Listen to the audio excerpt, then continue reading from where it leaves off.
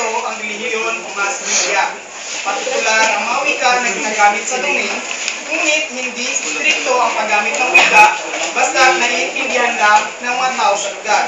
Halimbawa, di ba meron tayong classmate dito na taga Davao, si Val? Digos.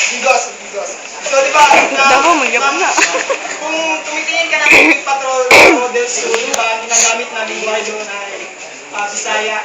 So, katulad sa atin, TV Patrol Soft Sergeant, ang ginagamit ay Tagalog, ngunit kapag may interview sila na mga mamamayan sa Soft Sergeant region, is kapag tinatanong nila, hindi ba't ang iba ay nagsasagot ng Tagalog, minsan Bisaya, minsan Ilonggo, or sa wika alam nilang sagutin yung tanong.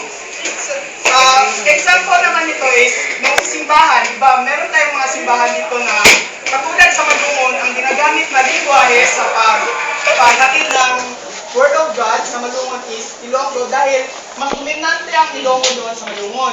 Katulad dito sa Jensan, Tagalog dahil siguro mas maraming nakakaintindi ng Tagalog, ngunit hindi istrikto ang pagpapatupad nito. Kaya kahit meron naman mga pare na nag-i-English, ngunit kapag nag-uungin na is Tagalog na yung ginagamit ng dialect. So, yun ang mga example ng semi-controlling domains of language. At ito naman ang aming pagsasadula sa aming topic ko.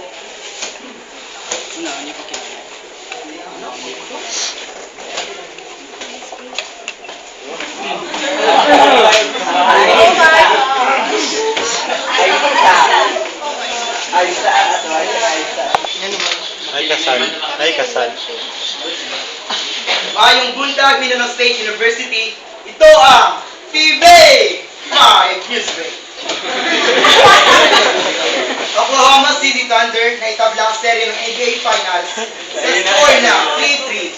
Live sa home court ng Miami, Jeriel, anong balita dyan? Maraming salamat po dyan tayo sa Double A. Alina po sa akin tapos lang ng Game 6 sa NBA. Tapos lang lang Boston na nasa Volleyball mo na po. aking hilig si Kevin Durant na hinahal na best player of the year.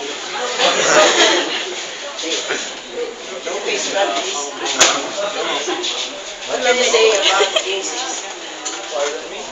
What can you say about Game 6? Well, still best than no.